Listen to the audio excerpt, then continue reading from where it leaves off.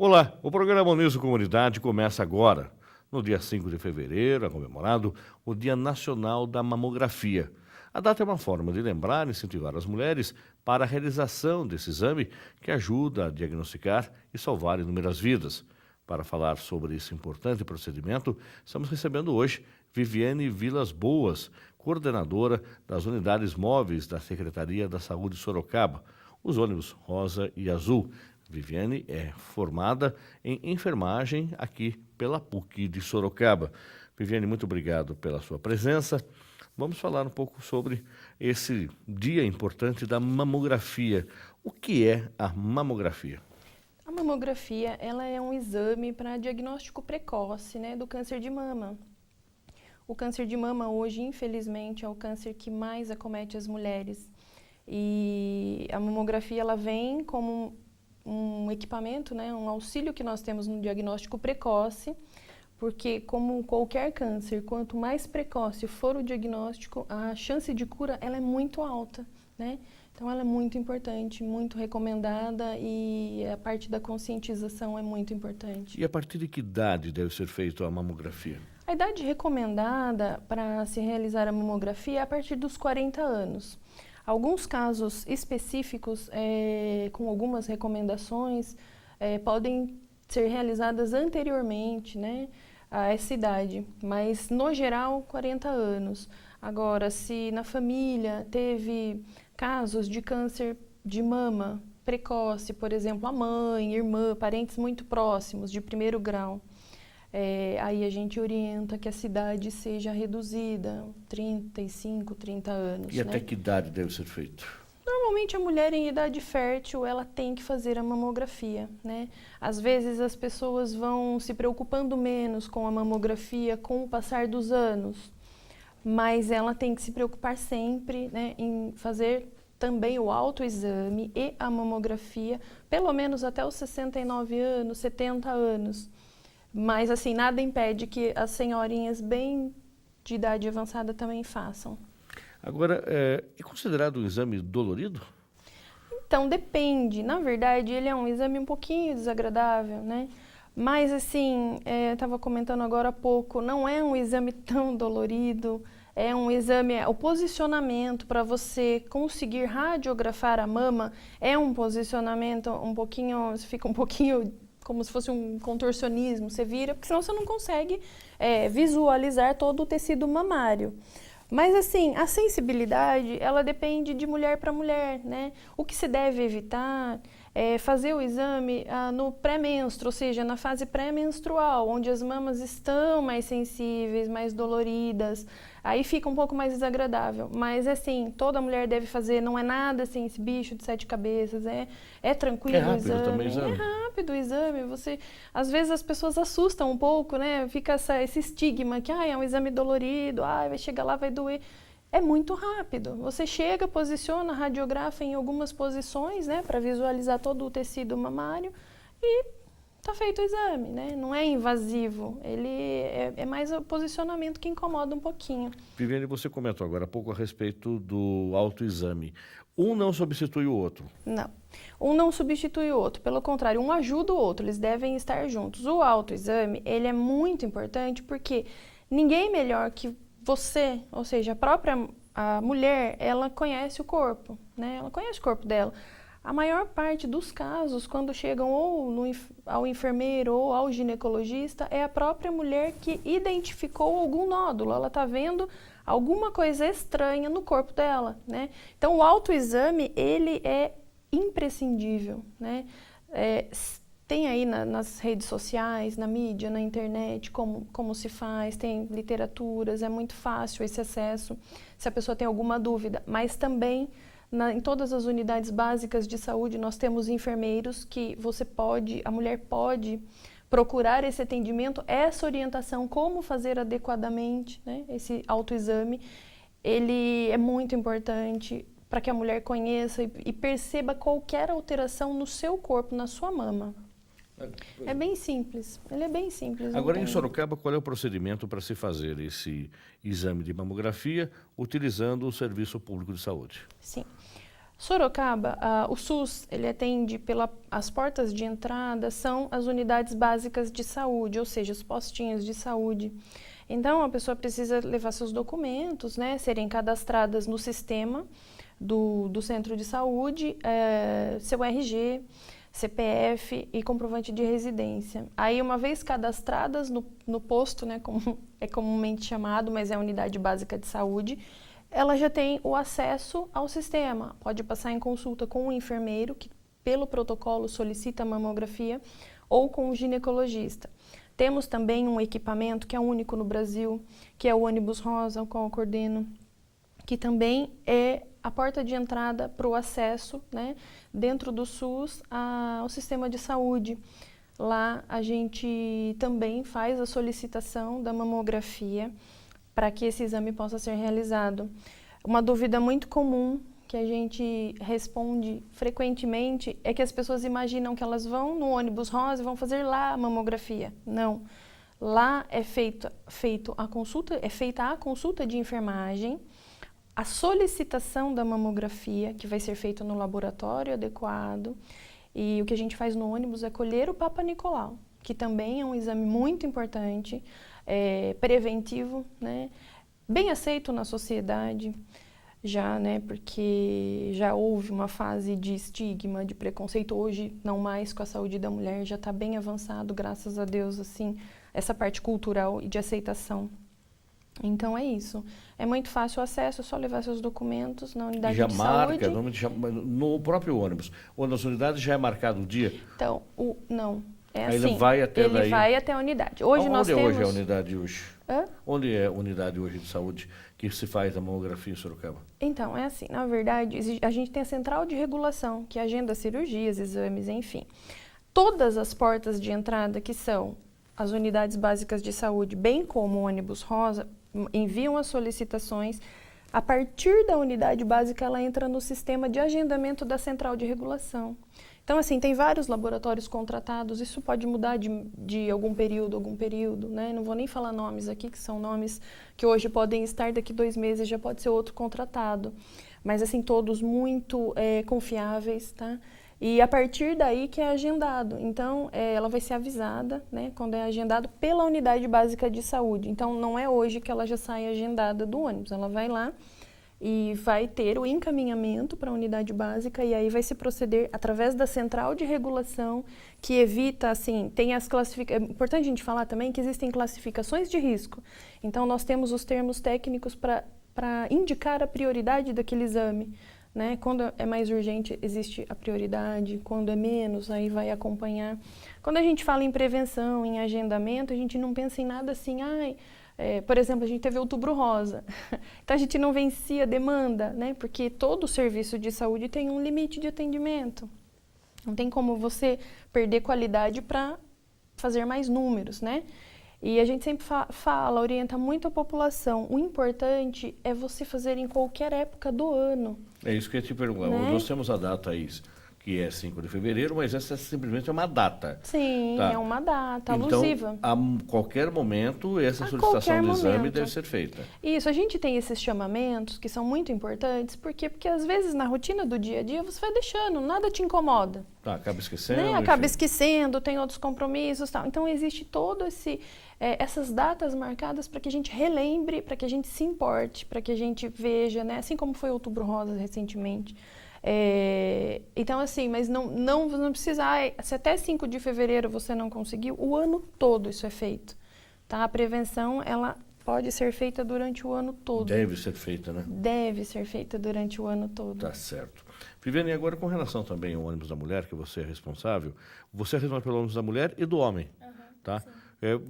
Como funciona o ônibus da mulher? Você falou que lá não são feitas alguns exames, mas são feitas consultas. Sim. Tá, uma vez que esse ônibus encosta, você já deve ter visto esse ônibus na cidade, nos bairros, supermercados, praça, qualquer pessoa que está passando ali pode entrar no ônibus, pode ser atendida no ônibus? Pode e deve. O ônibus ele é itinerante, né? Por isso que a gente fala unidade móvel. A gente não atende assim, bairros específicos. Nós temos toda a cidade dividida em 6 regiões e os locais de melhor acesso para a população, dividido nessas 6 regiões para os 2 ônibus. Então, uma vez que o ônibus está parado em um local, a gente nunca fica um dia só num determinado local. A gente até fica, às vezes, uma semana. Para quê? Para dar a possibilidade daquela população adscrita, ou seja, que está nas redondezas, consiga passar. Como a gente não faz agendamento, então você chega, faz a sua ficha, né, a sua ficha, o seu cadastro, e você vai ser atendido, mas dentro do limite daquele dia também, né? Por exemplo, se chegar 100 pessoas, eu não vou ter condição de atender, né? Porque existe um limite. Aí, por isso, a gente fica um pouco mais de tempo para que, se, por exemplo, o paciente chega hoje, você vê uma fila enorme, se você já orienta, ó, primeiro você avalia, vê se não é nada mais urgente do que os outros que estão lá, você faz uma triagem meio que rápida, na verdade, e se não for nada urgente, ele pode voltar no decorrer da semana, tá? Para a gente conseguir atender toda essa população ali do local. Agora, por exemplo, nesse atendimento que é feito, aí alguns outros procedimentos são, aí como você disse, indicado aonde você deve ir, qual o procedimento Sim. que deve fazer, né? E se não há custo nenhum também, obviamente. Não, nenhum custo. Precisa só ter aquela carteirinha do SUS para ser atendido? Precisa. Precisa ter o cartão do SUS. Cartão do SUS. Por quê? Porque todos os exames que serão marcados, ele necessita ele não entra no sistema sem esse número. Então, a pessoa precisa ir munida de RG, o cartão do SUS e o cartão da unidade básica. Tá? Mas isso é super simples, em qualquer local, qualquer unidade básica você consegue fazer, você cadastra, é rapidinho, não tem muito segredo, né? E assim, uma vez feito, ele não perde o valor, né? Assim, não perde não tem o data número de continua, validade, né? não tem. Então, assim, as pessoas devem procurar os ônibus, né? Seja o azul, seja o rosa, e normalmente a gente orienta assim, não é um serviço de urgência e emergência, às vezes existe a confusão, né? Urgência e emergência são outros locais do município, que também nós temos vários serviços muito bons de urgência e emergência. Mas assim, é para você fazer o diagnóstico precoce, o acompanhamento, a prevenção, normalmente, anualmente, essas pessoas passam nos ônibus, né? E todos que passam indicam, confiam. As equipes são muito boas. E essa equipe é composta de quantas pessoas e quais são os profissionais que trabalham nos ônibus? Sim, no ônibus rosa, a equipe é composta por um enfermeiro e pelos auxiliares ou técnicos de enfermagem. São feitas as consultas de enfermagem, a gente também faz no ônibus rosa os acompanhamentos e indicações para vasectomia, o planejamento familiar de uma maneira geral, ou anticoncepcional, pílula do dia seguinte, a abordagem inicial das DSTs e os devidos encaminhamentos. DSTs são doenças sexualmente transmissíveis, todas as queixas ginecológicas que acometem as mulheres. O que não for resolvível no ônibus rosa é encaminhado para as unidades básicas e para os outros serviços. No azul, a equipe é diferente. Ela é composta por urologistas, né, que daí são médicos especializados em urologia, tem um enfermeiro e tem os técnicos e auxiliares de enfermagem. Então, assim, são totalmente diferentes, né? Apesar do foco ser a prevenção na saúde da mulher e na saúde do homem, as equipes têm a composição diferentes. Então, no azul, o urologista atende, pede os exames necessários e faz o diagnóstico e dali encaminha para o serviço que for necessário. E tem a equipe de enfermagem que dá todo o suporte também para encaminhamento à vasectomia, planejamento familiar, as DSTs, os testes de Fique Sabendo também são realizados nos ônibus, ou seja, para diagnóstico de hepatites, de sífilis, de HIV. Então, tudo que envolver a saúde feminina, né, e a saúde masculina nessa parte mais de planejamento familiar, a parte sexual, estão dentro dos ônibus azul e rosa. Você mesmo estava comentando, Viviane, que nós tivemos aí os eventos que chamam a atenção, né? Sim. Como o Outubro Rosa, depois o Novembro Azul. Então dá mais mídia, dá mais marketing, Muita. todo mundo vê, tem anúncios na TV, jornal, rádio fala. Porém, esses ônibus estão aí disponíveis todos os dias. E como é que eu faço para saber onde está o ônibus? Tá? De repente, eu não quero andar de básica de saúde, eu acho que lá é muito cheio, ou não é perto de casa, então eu quero aproveitar o ônibus, de repente pode me agilizar, me facilitar a minha vida.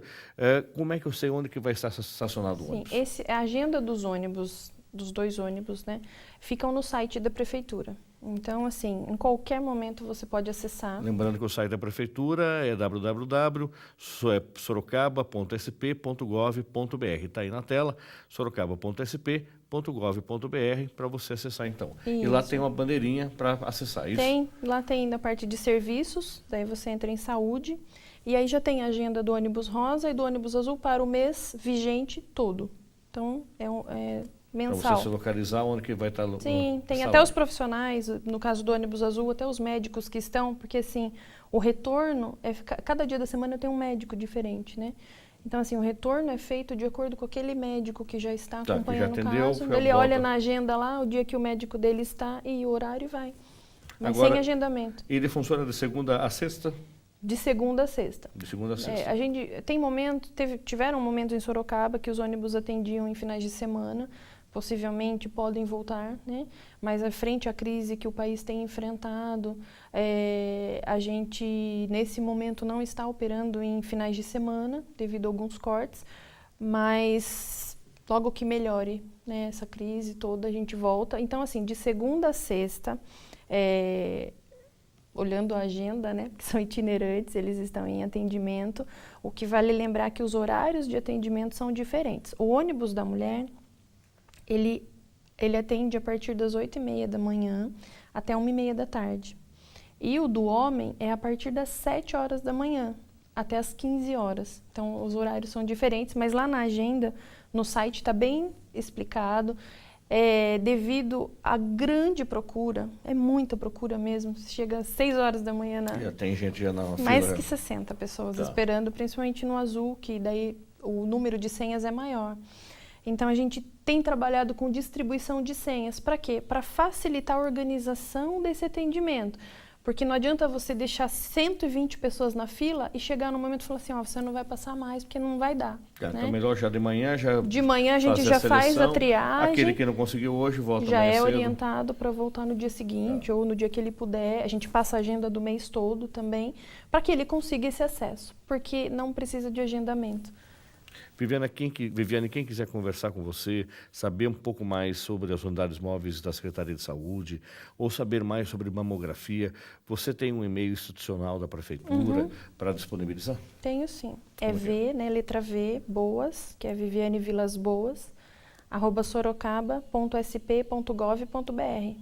Quem quiser qualquer dúvida, pode entrar em contato, eu respondo todos os e-mails e...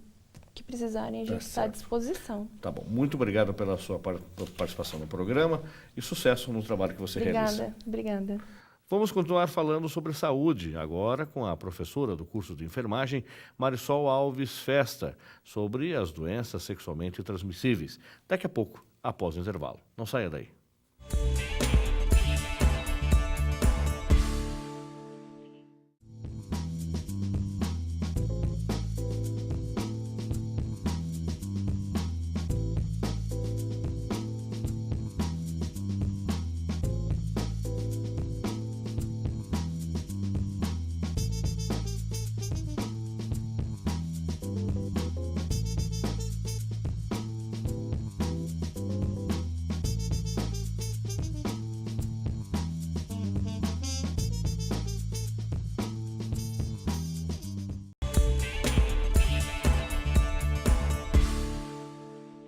Estamos de volta com o programa Uniso Comunidade.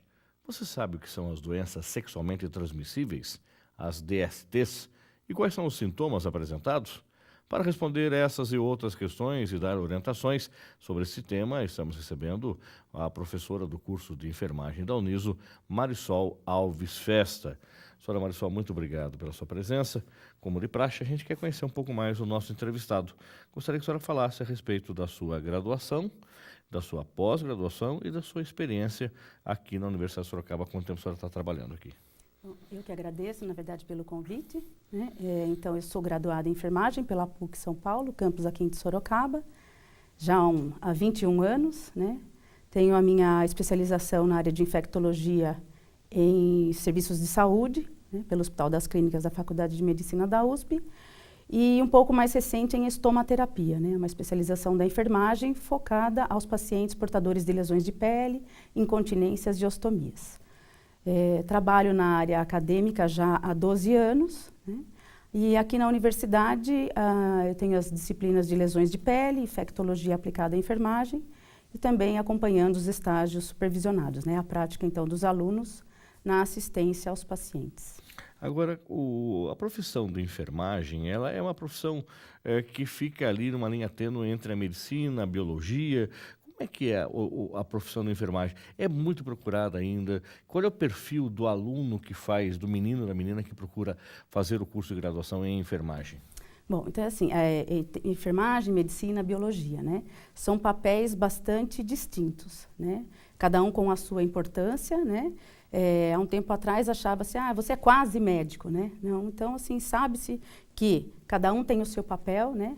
O médico tem o papel do diagnóstico, a instituição terapêutica, e aí vai para a enfermagem, que também tem os diagnósticos de enfermagem, a prescrição das necessidades do paciente, né? Então, assim, são campos trabalham juntos, focam junto a assistência ao paciente, mas com ações bem distintas, né? Depois do enfermeiro graduado, nós temos o quê? O auxiliar de enfermagem, assistente de enfermagem, que são cursos técnicos. Eu tenho um curso técnico de enfermagem hoje, né? Então, tem bem estabelecida pelo nosso Conselho Regional de Enfermagem, quais são as ações, né, do enfermeiro e quais são as ações do técnico de enfermagem. Tá, todo mundo trabalha junto, normalmente o quê? Em clínicas, hospitais? Em clínicas, hospitais, no domicílio. Consultório, home care, enfim. Sim.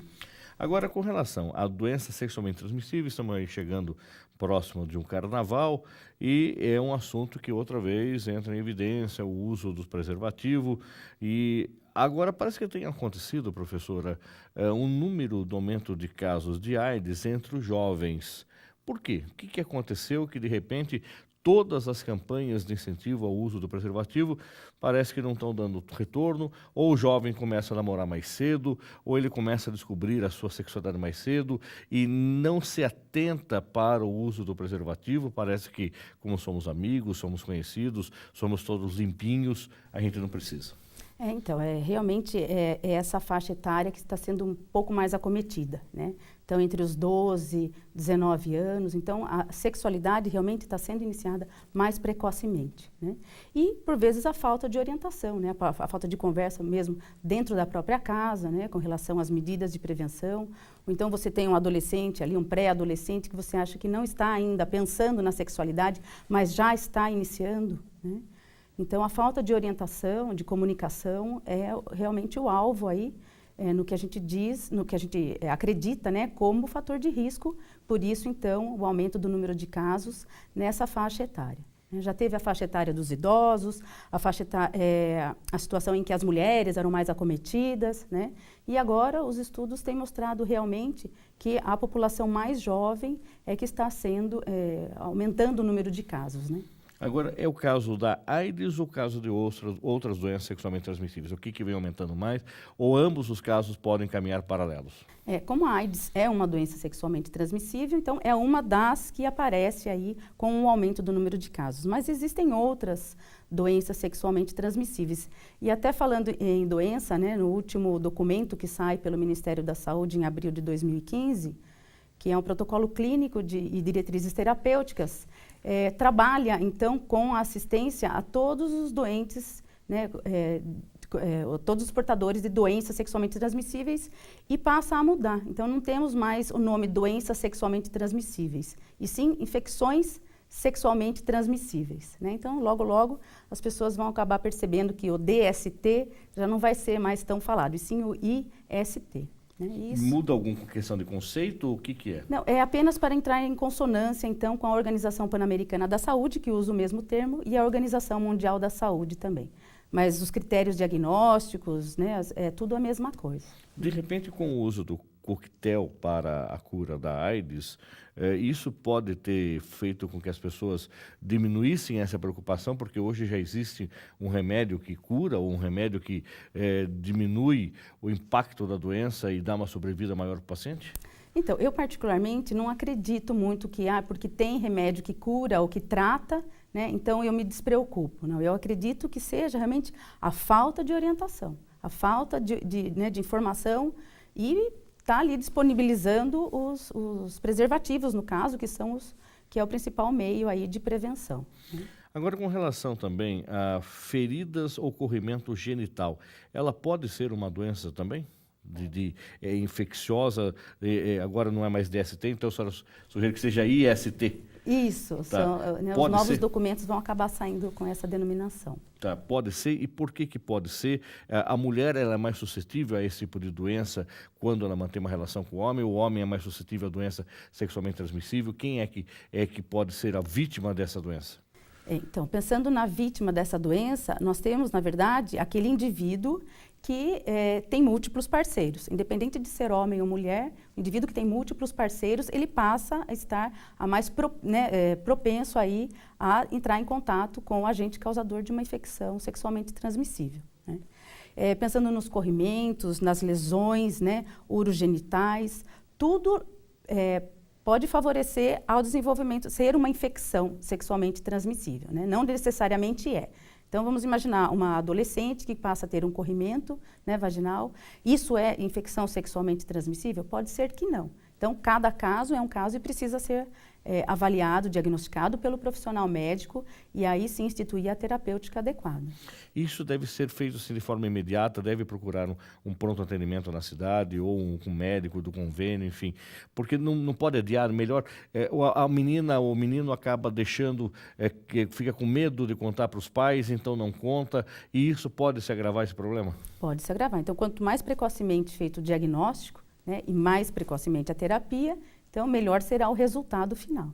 Então, começou a manifestação, corrimento, lesões, né, algumas feridas na parte genital, procurar sim, ou tem vergonha da mãe, vai até a unidade básica de saúde mais próxima da residência, né, procurar orientações com a enfermagem do local, né, passa pela consulta médica, mesmo sendo menor de 18 anos, né, vai ser atendido, vai ser orientado, né? E quanto aí, mais precocemente, com certeza, o resultado final é melhor. Agora tem algumas questões aqui, aquelas ainda que são mitos, mas de repente muitos podem até ficar ainda na dúvida. É possível pegar AIDS ou doenças sexualmente transmissíveis em banheiro público? Então, veja bem, né, qual é o modo de transmissão, né? Então, o ato sexual, por quê? Porque tem ali o conteúdo e, por vezes, lesões, né? Então, o contato da lesão, né, da ferida aberta, o sangue, a exposição do sangue, né, em contato, é que vai favorecer ou adquirir esse tipo de doença. Então, se você for frequentar um banheiro público, né, a menos que tenha sangue visível, recente ali, né, porque o vírus também tem um tempo de duração fora do organismo, né? Então, assim, é quase que impossível, né, isso acontecer. Mas, então, caso contrário, não é porque você usou um banheiro público que você vai pegar uma doença desse tipo de situação. As chances de se contrair uma DST através do sexo oral são menores do que sexo com penetração? Então, tudo vai depender da presença de lesão, né? Porque o sexo por si só e protegido é a barreira necessária às infecções sexualmente transmissíveis. A partir do momento que eu tenho a penetração, seja oral, né, ou anal e vaginal, pode ser que aconteça desde que eu tenha a presença de uma lesão, né? Então, eu tenho uma abertura, eu tenho contato direto com o sangue, né, com a circulação, né, com a via sistêmica, aí sim a situação de risco está presente. Então, sexo oral é menos, é mais? Se eu tiver uma lesão, né, se a pessoa tiver uma lesão em cavidade oral, né, isso vai favorecer. Quem está assistindo o programa, de repente, pode estar aí com alguns sintomas. O que ela deve fazer? É na unidade básica de saúde? É no ônibus da mulher ou no ônibus do homem? Em Sorocaba, qual é o caminho mais fácil? Existe também uma unidade, que eu acho que, se não me engano, COAS, na cidade, que possa atender. O que deve fazer? Então, ao sinal, né, de qualquer alteração visível ou presença de corrimento, ulcerações, né, algum tipo de lesão, precisa procurar ou a clínica de DST, né, o COAS, que é um órgão do município, as unidades básicas de saúde. Então, assim, ele vai ser avaliado na instância que ele encontrar, que ele procurar, né? Mas precisa procurar precocemente a orientação, né? Vai ser atendido. Ali existem os testes, né, rápidos para diagnósticos, né, com finalidade de investigação, e assim instituir a terapêutica, o tratamento, o quanto mais rápido possível. Então, corrimento, as feridas, as lesões, né? Estar atento a isso também, porque às vezes, como não é de praxe fazer a inspeção visual, acha que não tem nada. E às vezes tem ali uma pequena ferida, uma pequena ulceração, então precisa passar a ter o hábito de se olhar, né? Investigar para ver e detectar precocemente essas situações de risco, né? Essa presença. Lembrando que a sede do COAS em Sorocaba tem o telefone 3232-2200. Repetir então o telefone do COAS, que é a central que você pode tirar dúvidas sobre esse tipo de doença e fazer alguns testes, é o 3232-2200. Agora, professora, a senhora também, a outra especialidade da senhora é com relação à oncologia, é isso? São as lesões de pele, na verdade. Lesões de pele. Isso, que é a especialização na área de estomaterapia, que foca os indivíduos com feridas, ostomias e as incontinências. Agora, por exemplo, uma lesão de pele, até que ponto ela pode virar um câncer de pele? Então, acontece? Às vezes o câncer de pele, ele ulcera e aí eu tenho, então, a exteriorização dessa doença, né? Então, uma coisa acaba andando meio que... Como é que ocorre uma lesão de pele? O que provoca uma lesão na pele? Bom, inúmeras situações, né? Desde um trauma, né? A queimadura. Então, as causas de uma ferida, de uma lesão de pele, são inúmeras, né? Pensando na enfermagem, a enfermagem hoje em dia discutindo muito a questão dos idosos acamados, né? Então, que nós temos as úlceras por pressão. Então, assim, a causa... Tem inúmeras causas, né? Agora, deixar aquela feridinha e vai passando um metiolato lá em casa, pode acabar aumentando e criar uma lesão maior. Sim, sim. E aí você cutuca, né, com a unha, aí as bactérias que estão embaixo da unha, né, existe esse risco. Ou mesmo para os adolescentes, né, esse negócio de ficar apertando os cravos e as espinhas, né? Então, o risco de uma simples situação acneica dessa virar, de repente, uma lesão maior. Você cutucar, porque a gente vê de vez em quando casais de namorado que parece ser casal de macaquinho, né? Fica um cutucando horrível. O outro, tá tirando ali cravo, espinha. Isso, né? Então, veja bem, né? Existe essa situação de risco, né? Por que fala para as pessoas, não aperte, não aperte? Não é só a questão de ficar com a marca, né? Que vai gerar uma cicatriz. Mas a gente tem bactérias embaixo da nossa unha, né? E que podem estar sendo veiculadas para essa lesão, e essa lesão acaba aumentando. Quer dizer, que tem um procedimento todo correto para fazer isso, tá? Com um tratamento médico ou uma enfermeira capacitada para fazer uma limpeza adequada, Sim. É isso? Para tudo tem o seu cuidado adequado, né? Então a gente precisa também usar a internet, aí os meios de comunicação, para receber esse tipo de orientação, né? E saber o que é que realmente eu preciso fazer, o que é que eu não posso fazer, que eu acabo expondo a um risco maior, né? Agora, a senhora falou da terceira idade também, das pessoas acamadas, né?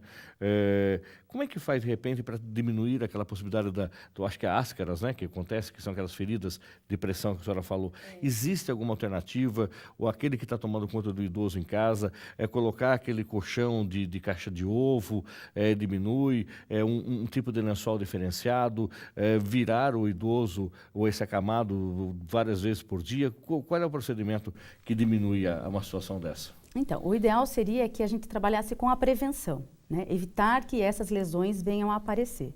E quando já tem uma lesão então ela pode evitar, mesmo se a pessoa está acamada? Pode ser evitada, pode Como ser assim? evitada. Então, a gente tem a mudança de lado, né? A mudança de decúbito, que é mais conhecido no nosso meio.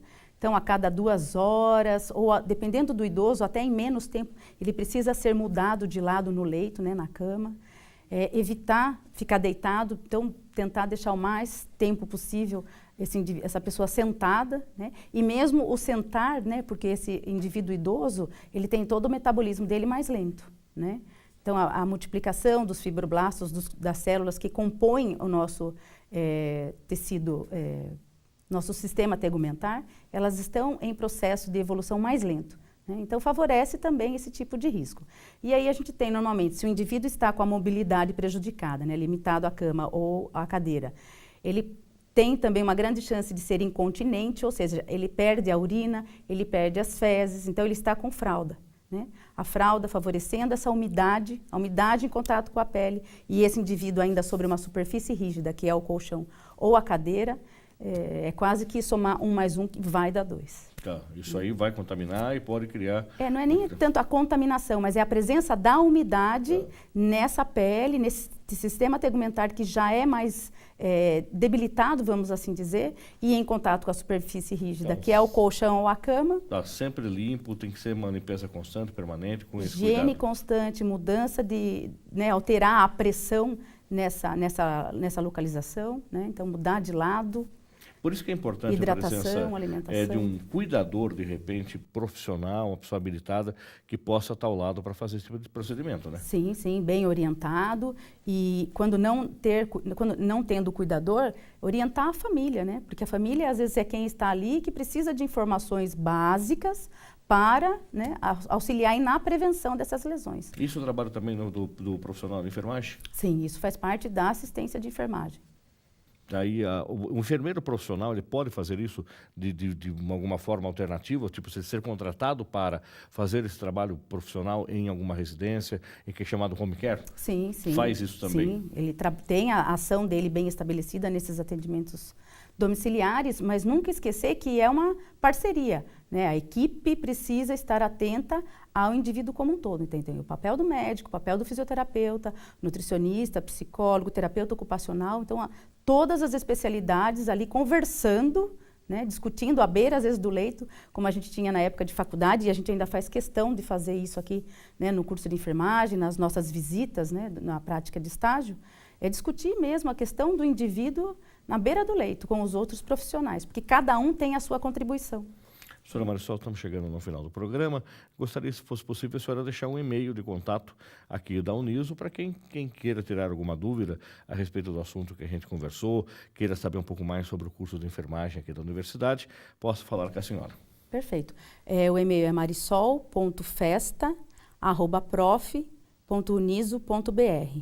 Tá certo. Professora, obrigado pela sua presença e sucesso para a senhora no trabalho que vem realizando. Obrigada. E no último bloco, vamos continuar falando de saúde com a doutora Silvia Labrunetti, que é a coordenadora do curso de Psicologia da Uniso. Não saia daí.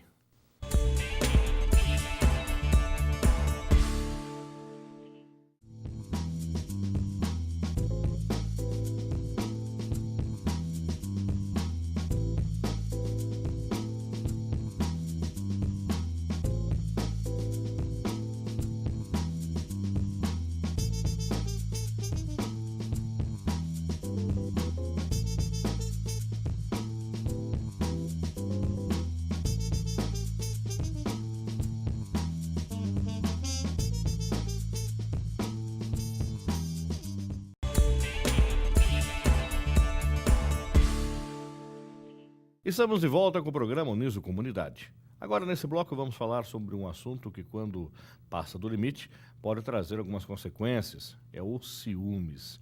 E você sabe como controlar os seus ciúmes para não se tornar excessivo ou até mesmo doentio? Para esclarecer dúvidas sobre esse tema e dar orientações, estamos recebendo hoje a doutora Silvia Labrunetti, coordenadora do curso de Psicologia da Uniso. Doutora Silvia, muito obrigado pela sua presença. É um tema que sempre está em evidência.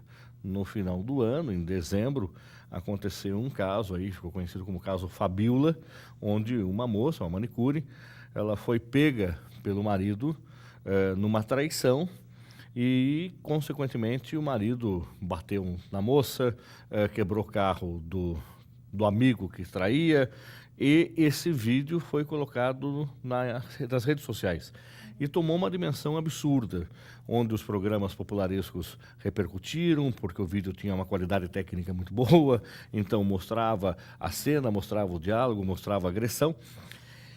Isso é ciúmes ou a traição acaba levando um ciúmes? O homem tem esse direito de tomar atitudes dessa natureza, ou a mulher tem esse direito de tomar atitudes dessa natureza quando é traído? Ou isso é inerente ao ser humano? Na verdade, assim, o direito de agredir outra pessoa, nenhum ser humano tem, né? Mas com relação ao ciúme, ou na situação de traição, que são coisas muito diferentes, porque a situação de traição, ela provoca o ciúme, né? Mesmo uma pessoa que seja pacata, vamos dizer, que não tenha um ciúme muito forte ou muito frequente, a situação de traição, ela estimula muito uma sensação de inferioridade e tudo mais, né? Agora, o modo de reagir a isso é muito particular, porque cada pessoa... Alguns fogem, por exemplo, da situação, some, né? E esses casos onde tem agressão, acho que tem... Na verdade, no Brasil tem uma questão cultural também, né? Assim, de que para um homem isso é muito vergonhoso, ele tem que bater, ele tem que castigar e punir, né? Então, misturam questões pessoais com questões culturais, eu imagino. E aí a reação individual. Em geral, as mulheres têm uma reação diferente dos homens também, né? Então, aí a gente consegue ver bem essa questão cultural da agressividade atrelada à questão da traição, né? Muitas vezes o homem é cobrado por não ter feito nada, por exemplo, né? Agora, essas cenas, por exemplo, que a gente vê em redes sociais, a senhora acredita que isso... Teve até um caso também na rede social de uma moça que também pegou o marido com uma outra mulher, mas estava aí no horário do almoço, ele mentiu para ela, dizendo que ia no almoço do negócio, estava com uma outra mulher, ela também estava perseguindo o marido, também apareceu nas redes sociais, ela subiu até em cima do carro dele, sapateou em cima do carro dele, isso é, afundou o teto do carro, pegou uma pedra, jogou a pedra no vidro. Isso pode despertar em outras pessoas ações dessa natureza. Olha, ela fez desse jeito, estimular. Só acredita que de repente a pessoa até quer reagir e agora viu o vídeo na internet e vou também fazer igual, vou fazer pior e vou filmar para poder aparecer, para esculachar definitivamente com esse meu parceiro, minha parceira que fez esse ato? Eu acredito que pessoalmente não interfira tanto na reação de alguém quanto na questão de massa mesmo, porque, como eu disse anteriormente, o Brasil tem uma cultura de estimular esse tipo de coisa, então de expor, e aí as pessoas dizem, não, está certo, era isso mesmo que tinha que ter feito. Eu acredito que essa cultura, sim, possa levar as pessoas a se sentirem até na obrigação de fazer alguma coisa desse tipo quando estiver nessa situação. Mas, pessoalmente, quando já se estabeleceu uma dinâmica interna, vamos dizer assim, é muito difícil que olhar na TV... Pode ser que ele se estimule porque ele se identifica, quer dizer, ele era parecido, né? Assim como em outros casos dessas questões que sempre são relacionadas à mídia com atos de agressão. Ele viu um filme e, na verdade, o filme pode ter ajudado a pessoa a ter enxergado questões dele mesmo, né? Mas não é pedagógico, vamos dizer assim. Não tem como referência, não, né? Não é. Se aquilo não faz sentido, ela pode até achar engraçado e não reagir daquela maneira, né? Agora, também casos de ciúmes com o uso dos aplicativos dos celulares, como as redes sociais, ou mesmo aí o WhatsApp, tá? Que agora muitos têm até vídeos também nas redes sociais com essas brincadeiras. A pessoa quer ver o WhatsApp do namorado, da namorada, do marido, da esposa, enfim, para ver o que se troca de mensagem. Isso é também um tipo de ciúmes doentio? É a falta de confiança no parceiro ou na parceira? Nós estamos vivendo numa época assim, que é uma crise das relações, né? O WhatsApp, o Facebook, ou mesmo essas questões de exposição. Hoje em dia você não sabe se você está sendo filmado ou não. O acesso a essa tecnologia e as outras questões educacionais, enfim.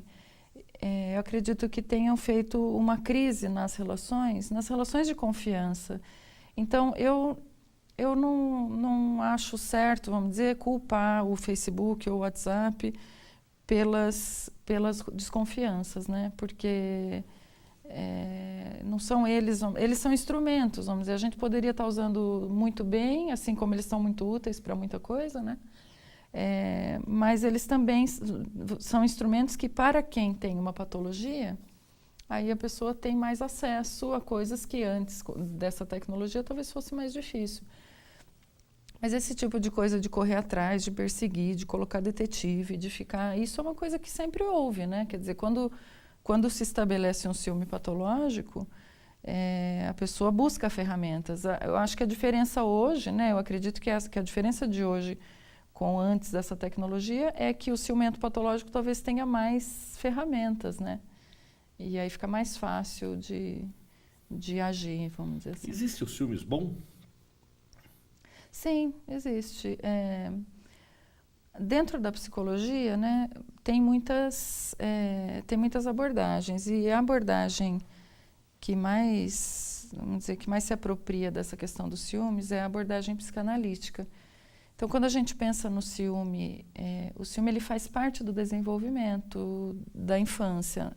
A gente percebe o ciúme por volta de 3, 4 anos, é que a criança começa a sentir ciúme, às vezes de um irmãozinho, né? Quando nasce um outro irmãozinho, tem ciúme da mãe, tem ciúme da professora, tem ciúme de amiguinho, às vezes tem aquele melhor amigo, é difícil entrar um terceiro amiguinho na relação.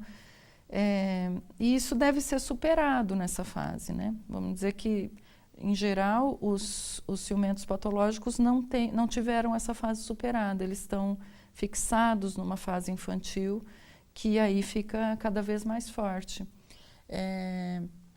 Agora, sentir uma certa ameaça quando vem um terceiro elemento é normal, vamos dizer assim, é frequente e significa que tem afeto nas relações, né? Então, se eu tenho afeto por você e quero uma retribuição, eu sinto qualquer tipo de ameaça, eu fico em alerta, vamos dizer, isso é natural, porque tem pessoas também que acham que ficam envergonhadas, né? Ou não, eu não tenho ciúme de nada.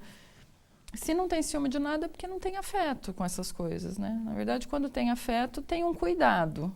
Agora, o sentir ciúme e falar, poxa, fiquei inseguro, né? E isso se esclarecer e tudo bem, é muito comum. O que é difícil é o ciúme patológico que chega a um ponto de fantasiar coisas que não existem, né? Aí sim a gente pode considerar. Precisa tratar? Há tratamento? Sim. O ciúme patológico, ele desfaz muitas relações, ele judia muito. O indivíduo ciumento patológico, ele sofre muito, porque ele está numa constante insegurança, né?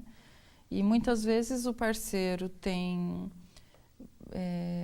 um desgaste emocional muito grande também, porque fica tentando convencer, tentando provar, tentando comprovar, e fica o tempo todo com medo de ter algum tipo de erro de comunicação, enfim. Então, fica uma relação muito tensa. Em geral, com a psicoterapia, o ciúme patológico pode ser dissolvido, sim, pode ser. Agora, quando é que eu sei que eu já estou passando desse limite e, consequentemente, eu tenho que procurar ajuda? Eu percebo, eu enquanto pessoa que tem ciúmes, eu noto ou eu preciso ser alertado por alguém, pela minha parceira, pelo parceiro, tá, olha, você está passando dos limites, está tendo ciúmes até da minha própria sombra, né? Que é aquela frase, o ditado popular, ciúmes da sombra. Alguém precisa alertar ou a pessoa toma consciência de que, olha, eu acho que eu estou passando dos limites? Na psicopatologia existem vários níveis, né? Então, a gente pode dizer que na maioria dos casos, um ciumento patológico percebe que está precisando de ajuda. Pode ser que ele não assuma, não admita, não vá procurar ajuda, mas em geral ele percebe porque ele sofre muito. E ele vai fazendo uma comparação com a realidade, ele percebe que está sendo injusto com o parceiro em alguns momentos. Agora, o ciúme patológico pode chegar a um nível psicótico, vamos dizer, que aí ele fica fora da realidade mesmo. Em geral, esse precisa de um tratamento mais severo, vamos dizer. Às vezes até entrar com medicação, e aí é o trabalho do psiquiatra, né? Não é do psicólogo, em parceria com o psicólogo, vamos dizer assim, porque ele chega num nível de fantasiar coisas, como a gente já viu casos de assassinato, por exemplo. É isso que eu ia comentar, né, com a senhora. Mas, de repente, ele chega num ponto tão insano... Ele tem muita certeza do que ele está vendo, né? Então, ele fica tão insano que ele mata a pessoa, quer dizer, que ele sabe de todo o comprometimento a partir do instante que ele matou alguém, que isso é crime, que ele vai ser punido por isso, mas ele chega a matar a pessoa. Sim, e sabe que assim, do ponto de vista psicológico, nós podemos dizer que quando ele mata, ele sente um certo alívio. Então aí a gente vê que o nível de patologia dele é tão intenso que mesmo sabendo dessas consequências, porque tem muitos casos que a gente sabe pela mídia que mata e fica esperando a polícia chegar, né? Não é aquele assassino, vamos dizer, que ele quer fugir da polícia. Ele diz, não, eu arco com as consequências porque compensa para mim. Aí você vê que ele estava sofrendo demais, né? O nível de patologia é muito alto, né? Então, existem vários graus, né, dessa patologia. Agora estamos vivendo a semana do Carnaval, muitos ainda estão aí na expectativa de curtir essa festa de Momo. Esta tal liberdade do Carnaval, ela tem limite? Porque aí eu não posso também ter ciúmes, porque se eu vou para uma balada, eu posso ficar com 3, 4 na balada, aquela que foi comigo também pode ficar com 3, 4, e não se mede consequências, porque a relação, muitas vezes, não se sabe nem o nome da pessoa, mas ficou com a pessoa na balada, e o ficou hoje significa beijar na boca, ou se não, tem até uma relação sexual com essa pessoa. Isso tudo acontece, é o perfil do jovem, e por que acontece nessa época do ano de Carnaval, principalmente? É a bebida que simula isso? São as músicas? O que a senhora acha que dá para avaliar? Eu acredito que tem vários fatores que a gente pode analisar na questão do Carnaval, porque o Carnaval ele tem uma questão cultural assim de liberdade, né? Não só sexual, mas de comida, bebida, tirar roupa, quer dizer, ele já tem isso culturalmente falando, né? E aí tem o agravante, como eu comentei, de nós estarmos passando por uma fase de crise nas relações. As pessoas têm... no consultório a gente percebe bastante que a questão de sentimento, o ser humano não mudou, né? A natureza humana é a mesma. Então, o que modificou, o que a gente percebe bem claramente, principalmente em adolescente, jovem, é a maneira como ele se defende. Então, a gente percebe muito as pessoas com medo de se relacionarem, né? Então, essa questão de beijar 5, 6, quando não tem afeto, tudo bem, é tranquilo. Então, assim, se eu tenho uma namorada que é uma namorada para cumprir protocolo, vamos dizer assim, não é uma namorada que eu escolhi por conta de afeto e a gente tem uma relação sólida e tudo mais. Então, muitas vezes os casais fazem isso, eles são casais liberais, vamos dizer assim, né? E a gente pode dizer que eles conseguem arcar com essa dinâmica e dão conta emocionalmente. Mas, em geral, quando tem a questão do afeto, o que mais ameaça é o afeto sem a confiança, né? E a confiança, ela é algo que se conquista numa relação, né? Não é um fenômeno que você consegue de uma hora para outra, né? Agora, não é todo mundo que tem esse mesmo entendimento, mas eu vi que a minha amiga fez, eu vi que o meu amigo fez, eu também vou fazer igual. Sim. Aí tem algumas pessoas que se sentem mal depois, que permitiram ser beijada, ou que foram beijar alguém, foram ficar com alguém. Será que tem alguns que piram nessa história toda também? Sim. Mas porque o meu amigo fez, também eu vou fazer, minha amiga fez. Eu costumo comentar com os meus alunos, porque assim, quando a gente vê, não só no Carnaval, mas o Carnaval ele é uma grande balada, vamos dizer assim, né? Mas a semana depois das baladas, né, que a gente no consultório atende as pessoas individualmente, cada vez mais eu vou ficando com a impressão, e isso já comentei com vários outros colegas, a gente vai ficando com a impressão de que a balada, ela é um baile de máscara mesmo, assim, né? As pessoas estão sofrendo ali, só que na foto você não percebe, está todo mundo super feliz e poderoso, e eu acho na verdade, o problema que a gente tem agora é essa crise na identidade, e que eu acredito que seja uma questão cultural. Por exemplo, as meninas, tem muita menina, muitas vezes, ela quer casar, ela quer ter filhos, mas é feio falar isso, é fora de moda, assim. Mas o sentimento dela, ela quer. Só que ela chega na balada, ela é a mulher poderosa, independente, que não precisa de homens. E as pessoas acreditam vamos dizer assim, nesse personagem, né? E esse Isso está afastando muitas pessoas. E esse personagem acaba se relacionando com outro do mesmo sexo, muitas vezes? Ah, sim, mas aí por outras questões, né? A questão da homossexualidade... Nem que não seja homossexual, mas ela, para experimentar, eu fiquei com um menino, eu fiquei com uma menina, tá sim. só para experimentar? A sociedade está mais livre nesse sentido, né? Assim, está mais permissiva no sentido de que as pessoas não se chocam mais tanto, mas a gente também percebe no consultório que tem muitos desses casos que isso é uma fase que passa, como se fosse, como isso mesmo que você falou. Eu quero experimentar, até porque está perdido, não vê muito sentido num relacionamento e tem essas possibilidades, às vezes tem até uma proximidade maior, né, com uma amiga, enfim, mas isso não significa que vai se estabelecer uma relação homossexual ao longo da vida, né, vamos dizer assim. Doutora Maria Silvia, muito obrigado pela presença da senhora no nosso programa.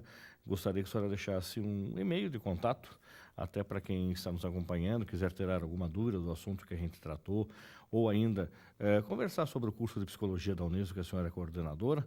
Como é que faz para falar com a senhora? Olha, tem um e-mail da Uniso, que é silvia.labrunetti, Silvia com Y no primeiro I, Labrunetti com 2 T's e I, @prof.uniso.br, que é o e-mail institucional. E eu tenho um canal também, que é uma página no Facebook, que chama Psicanálise e Outras Reflexões. Eu posto ali muitas citações, alguns pensamentos, e muitas pessoas acabam entrando em contato comigo através dessa página também. Então é Psicanálise? Psicanálise e Outras Reflexões. No Facebook? No Facebook. Tá certo. Isso. Obrigado, doutora Silvia. Até Eu a é que próxima oportunidade. agradeço. Sucesso no trabalho da senhora. Muito obrigada. O programa Uniso Comunidade fica por aqui.